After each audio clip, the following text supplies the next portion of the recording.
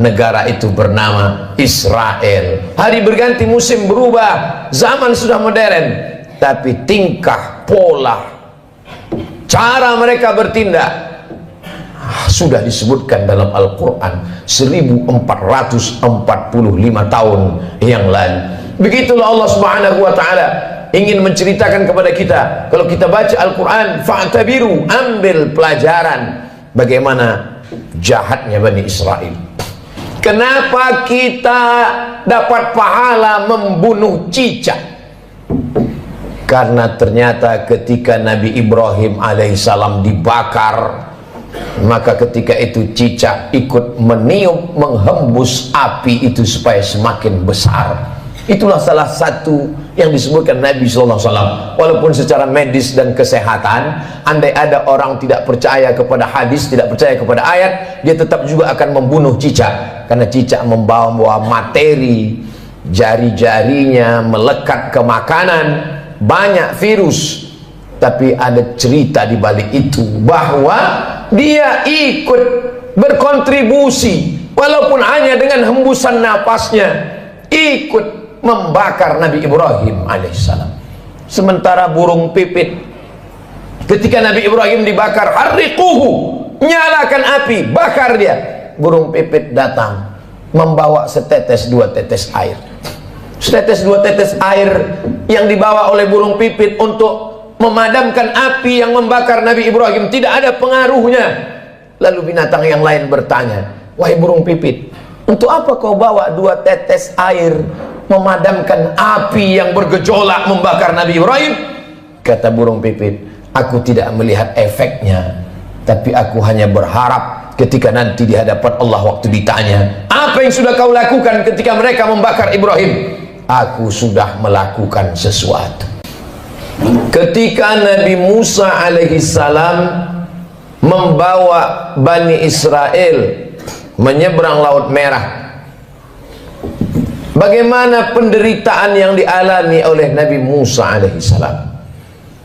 Mereka bertemu dengan sekelompok manusia yang menyembah berhala. Lalu apa kata Bani Israel meminta kepada Musa? Ya Musa, ij'al lana ilahan kama lahum alihah. Wahai Musa, buatkanlah kami Tuhan seperti Tuhan-Tuhan mereka dalam bentuk berhala. Begitulah kurang ajarnya Bani Israel kepada Nabi utusan Allah Subhanahu wa ta'ala. Hari ini sejahat-jahatnya umat Nabi Muhammad SAW, belum pernah ada yang menantang Ustadz, tolong buat kami Tuhan seperti Tuhan mereka. Andai tidak percaya kepada Ustadz, paling mereka hanya akan diam saja. Tapi kisah ini diabadikan dalam Al-Quran. Surat yang pertama Al-Fatihah, surat yang kedua Al-Baqarah. Surat Al-Baqarah bercerita tentang perjalanan Nabi Musa alaihissalam bersama dengan Bani Israel. Perjalanan mereka lanjutkan. Lalu apa kata mereka kepada Nabi Musa alaihissalam? Ya Musa, lan nu'mina laka hatta narallaha jahrah. Lan, kami tidak akan beriman percaya kepadamu hatta narallaha jahrah, sampai kami melihat Tuhan secara nyata. Sebelum Tuhan itu terlihat nyata, kami tidak percaya kepadamu wahai Musa. Begitulah tingkah pola mereka kepada Nabi utusan Allah Subhanahu wa ta'ala. Ke negeri kita di Nusantara cukup dikirimkan Allah wali-wali saja. Wali Songo di Pulau Jawa, para alim, para ulama, tidak perlu nabi. Menunjukkan dokter spesialis yang datang ke rumah orang kaya, satu sisi menunjukkan kehebatan, tapi di sisi lain juga menunjukkan bahwa ada penyakit kronis yang sulit untuk disembuhkan oleh dokter biasa. Begitulah Nabi Musa yang amat sangat kuat, sangat hebat, berhadapan dengan Bani Israel yang tingkat kejahatannya juga luar biasa. Di gurun pasir tidak ada tanaman tempat bernaung dan berlindung. Mereka meminta kepada Nabi Musa alaihissalam, tolonglah engkau berdoa kepada Tuhan wahai Nabi Musa, supaya kami bisa ada naungan dan makanan. Wa dhallalna 'alaihimul ghamama, kami turunkan awan untuk menaungi mereka. Lihatlah bagaimana doa Nabi Musa terkabul. Kalau melihat tingkah pola Bani Israel, Allah sangat marah. Tapi karena kelembutan Nabi Musa, wa dhallalna 'alaihimul ghamama wa anzalna 'alaihimul manna wassalwa, kami turunkan makanan yang manis dan yang asin. Yang asin, sebagian ahli tafsir mengatakan panggang burung. Yang manis adalah untuk cuci mulut mereka. Lalu apa permintaan Bani Israel? Kita kalau diberi makanan bersyukur kepada Allah, alhamdulillah. Tapi apa kata Bani Israel? Lan nasbira ala ta'amin wahidin, kami tidak sabar kalau makanannya cuman ini. Kami minta supaya Tuhanmu menurunkan kepada kami wa fumiha wa adasiha wa basaliha, kami ingin bawang merah, bawang putih, kacang asal. Betapa kurang ajarnya Bani Israel kepada Nabi Musa alaihissalam. Dikabulkan Allah doa, tidak kepanasan, dikirimkan makanan surga, meminta makanan-makanan, sampai Allah mengatakan, atastabdiluna alladhi huwa adna billadhi huwa khair, apakah kalian meminta makanan yang lebih rendah kualitasnya, yang busuk dan berbau, padahal kamu sudah diberikan makanan yang terenak dan terlezat.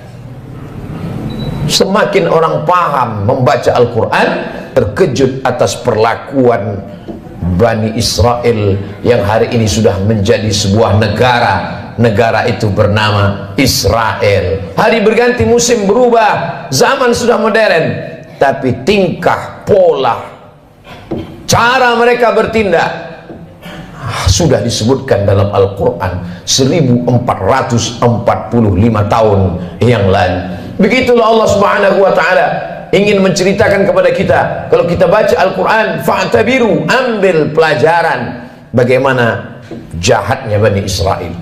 Bani Israel, ketika Allah Subhanahu wa ta'ala memerintahkan kepada mereka untuk berperang bersama Nabi Musa alaihissalam, apa kata mereka Bani Israel? Idhab anta wa rabbuka faqatila inna hahuna qa'idun. Wahai Musa, pergilah engkau berperang bersama Tuhanmu, inna hahuna qa'idun, kami di sini duduk-duduk saja. Kalau kau mau perang, pergilah perang. Pergilah engkau berperang bersama Tuhanmu, kami tak akan mau bersama engkau, wahai Musa alaihissalam. Berbeda dengan umat Nabi Muhammad sallallahu alaihi wasallam.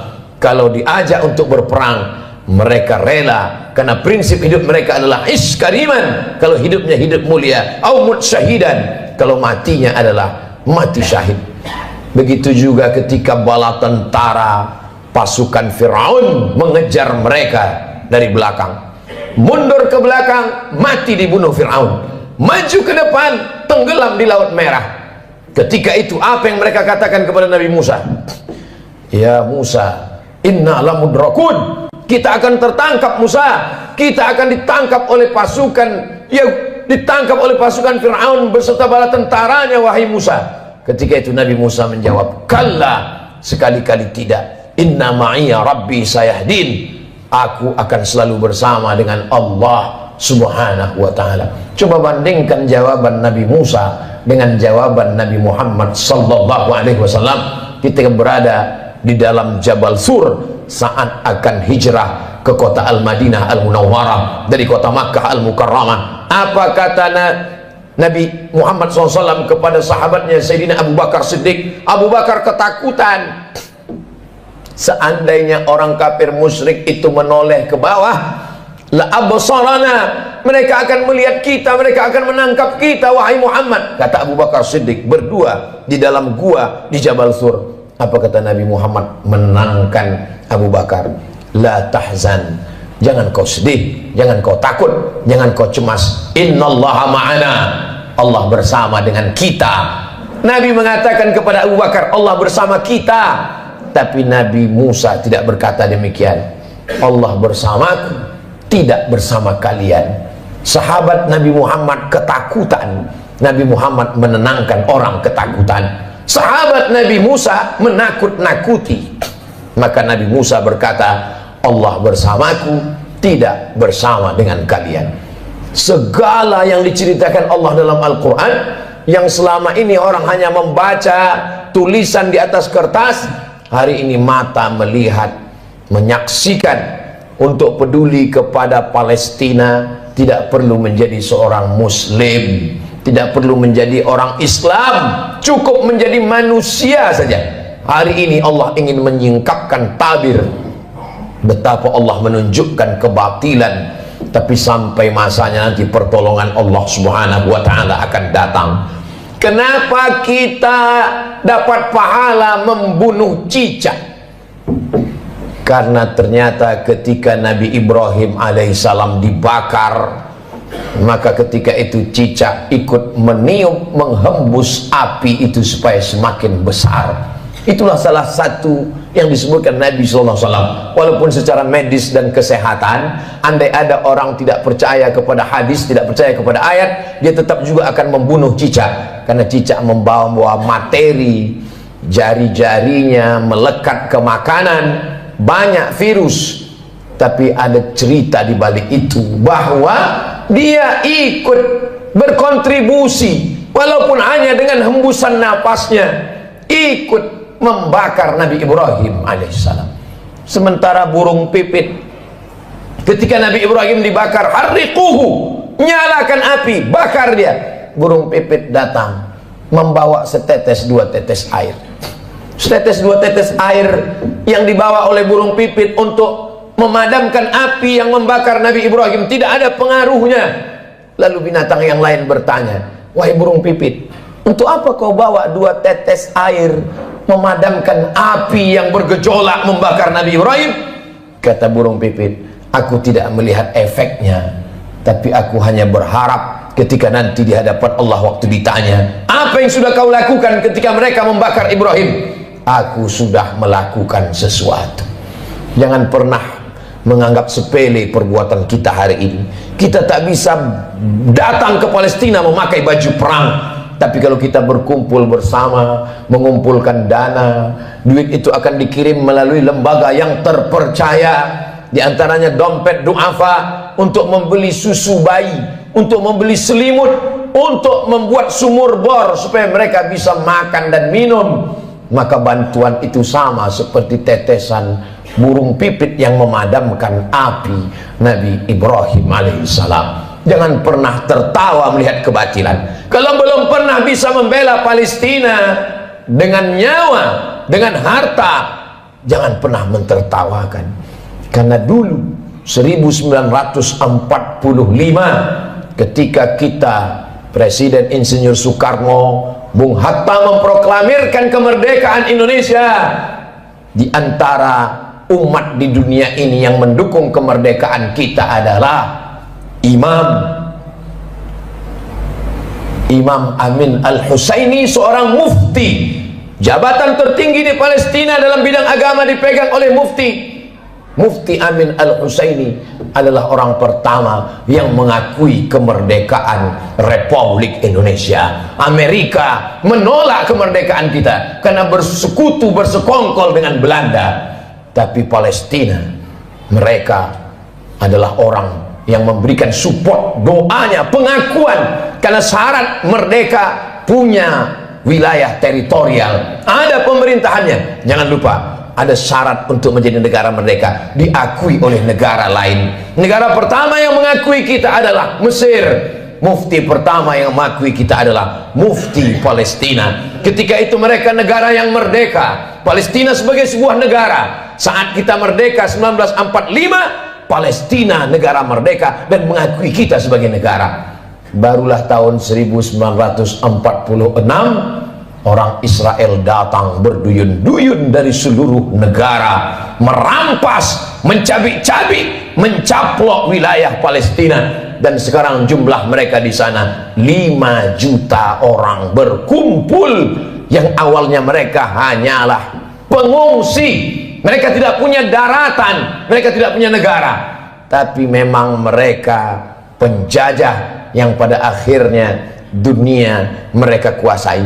satu-satunya negara yang tak dapat mereka kuasai adalah Palestina. Dari sejak kita kecil, mata kita menatap televisi tak berwarna. Yasser Arafat memperjuangkan.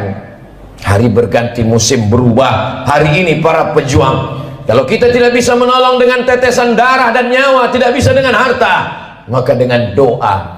Panjatkan doa dalam qunut nazilah, mintakan dalam tahajud supaya Allah memberikan pertolongan, karena kita akan diminta tanggung jawab di hadapan Allah Subhanahu wa taala. Man lam yatam bi amril muslimin, siapa yang tak peduli kepada kondisi saudaranya, falaisa minhum, maka tidak diakui imannya kepada Allah Subhanahu wa taala. La yu'minu ahadukum, tidak sempurna iman kamu, hatta yuhibba li akhi, sampai engkau sayang kepada saudaramu, ma yuhibbu li nafsih, seperti kau sayang pada dirimu sendiri. Masya Allah, sangat luar biasa tausiah yang sudah disampaikan oleh guru kita Al-Ustaz Abdul Somad. Sahabat beriman yang dimuliakan Allah, tetaplah di channel ini karena kajian ini belum selesai dan masih banyak lagi hal-hal menarik yang akan disampaikan oleh beliau. Tetaplah di channel ini dan mari kita lanjutkan kembali. Selamat mendengarkan. Kalau ada orang Palestina yang kehilangan anak, istri, hidup sebatang kara, bagaimana kalau itu yang kita alami? Kalau ada orang Palestina yang hancur rumahnya, kelaparan, tempat makannya dibakar mereka kebunnya, bagaimana kalau itu terjadi pada diri kita? Iman kita belum sempurna sebelum kita bisa merasakan perasaan yang sama seperti yang dirasakan oleh saudara kita. Kita tidak menjadi marah membabi buta, kita tidak menjadi orang yang amat sangat keras kepada sesama, tapi justru kita menjaga persatuan, kesatuan, mendoakan, mensupport, menjadi orang yang lebih baik di hadapan Allah Subhanahu wa taala, melihat apa yang dialami oleh saudara-saudara kita. Mereka menangis bukan karena takut kepada Israel. Seorang ibu dikabarkan anaknya meninggal dunia. Lalu beberapa tentara mujahid fisabilillah menyampaikan, anak ibu meninggal dunia, gugur sebagai syahid karena dibunuh tentara Israel. Air matanya menetes, wajahnya haru. Lalu kemudian orang ramai datang memberikan takziah, menyabarkannya. Sabar ibu, anak ibu sudah syahid, jangan menangis. Lalu tak lama dia menjawab, aku menangis bukan karena sedih anakku mati, aku menangis, mengapa yang mati syahid cuma satu? Kenapa dulu aku tidak punya anak banyak dan semuanya mati syahid?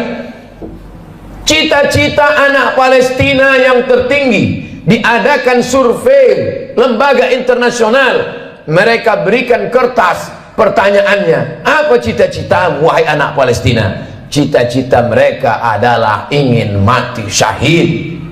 Sejak 1946 Israel datang sampai hari ini 2023. Kenapa mereka tidak pergi ke Amerika, ke Eropa, ke Australia untuk mendapatkan suaka politik? Tak bisakah mereka menempuh jalur darat? Bisa. Kenapa mereka tidak pergi? Mereka ingin mati sebagai syahid dan tidak ingin meninggalkan bumi yang diberkahi, yang disebutkan dalam Al-Quran, subhanalladzi asra bi'abdihi laylan minal masjidil haram ilal masjidil aqsa. Kalau hari ini kita merasa kasihan, sesungguhnya yang lebih layak dikasihani adalah diri kita yang tidak pernah mementingkan agama Allah, yang tidak pernah bercita-cita ingin menjadi syahid. Wa tilkal ayyamu nudawiluha bainan nas, demikianlah hari itu kami tukarkan, kami pergantikan silih berganti. Untuk apa Allah buat ada tahun lalu dan tahun ini? Untuk apa Allah buat ada Jumat yang lalu dan Jumat ini? Liya'lamallahu alladhina amanu, Allah mau melihat siapa yang imannya istiqamah. Wa yattakhidha minkum syuhada, Allah ingin melihat siapa yang mati syahid. 17 Agustus bukan hanya sekedar mensyukuri nikmat kemerdekaan, tapi juga mengenang mereka yang mati syahid. Tanah yang kita injak adalah tetesan darah para syuhada. Tempat kita berjalan adalah kain kafan mereka yang mati syahid. Negeri ini merdeka karena mereka mati syahid.